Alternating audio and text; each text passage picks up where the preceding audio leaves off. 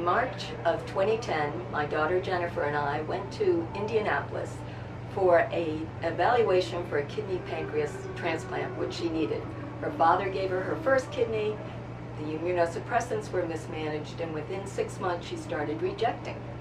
And Jenny will tell you that her father gave her a dud, and Russ will tell everyone, you know how kids are, they always reject their parents. Well, we got there, had a great evaluation. We planned to stay for 4 days to find a place to live. In Indy, it was going to be 3 to 4 months for that transplant. In all of New England, we live in Massachusetts, it was going to be 6 years. Jenny was by then a 36-year diabetic at only 37 years old, and she was having unconscious low blood sugars, multiple in a day, falling to the floor without any symptoms with a blood sugar of 20. So the evaluation was great. She hadn't been feeling too well the morning before we were supposed to leave. The EMTs came, and she was in complete kidney failure with her father's kidney. We went to Indianapolis for 4 days, lived there for 20 months, mostly waiting for the pancreas, because within 8 months she received a donor, a kidney from a donor, live donor, who worked with her husband but had never met Jenny and only worked with Fred on one project. She read Jenny's blog on KarenBridge.org, which were always beautiful essays, and this day she wrote, "Hey, anyone have a spare type O kidney lying around? I sure could use one." Well, we had learned how to do home hemodialysis because we weren't pleased with the dialysis center we were sent to. Their clearance rate wasn't high, and she was a young woman waiting for a transplant. So we learned how to do that, and she would go take a nap after, and I would read her Karen Bridge, and I saw that sentence and thought, oh my goodness.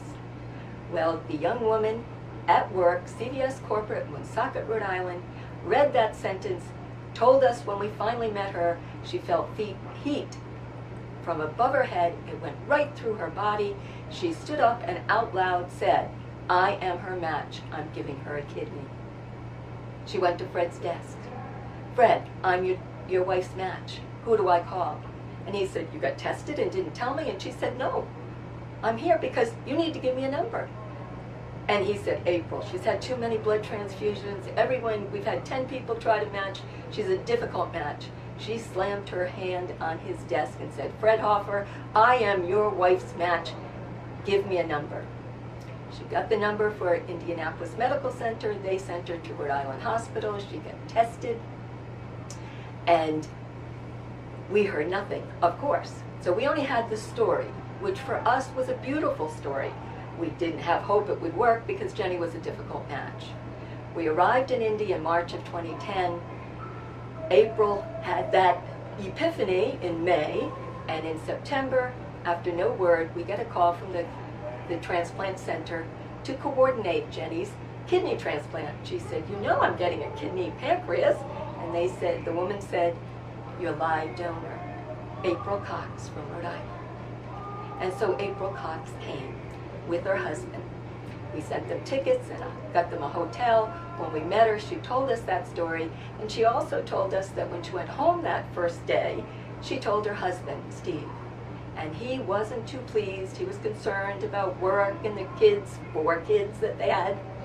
And so she told us she went to her prayer closet and prayed that God would show her she was meant to be a hero, or, that she thought maybe it was just her ego, and she wanted God to let her know that, or open Steve's eyes that she was meant to be.